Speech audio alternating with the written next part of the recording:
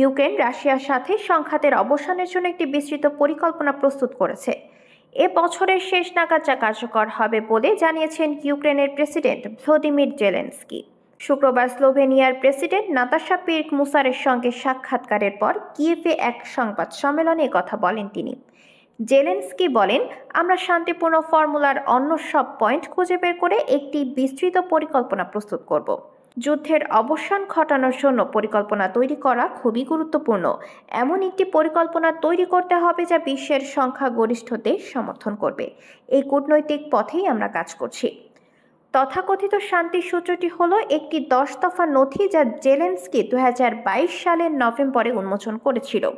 এতে বলা হয়েছিল রাশিয়া ইউক্রেনের কাছে তার নতুন অঞ্চলগুলো ফেরত দেবে, পাশাপাশি রুশ সেনাদের সেখান থেকে প্রত্যাহার করা হবে এবং ইউক্রেনকে ক্ষতিপূরণ দেওয়া হবে। তবে এমন অবাস্তব প্রস্তাব উড়িয়ে দেয় মস্কো।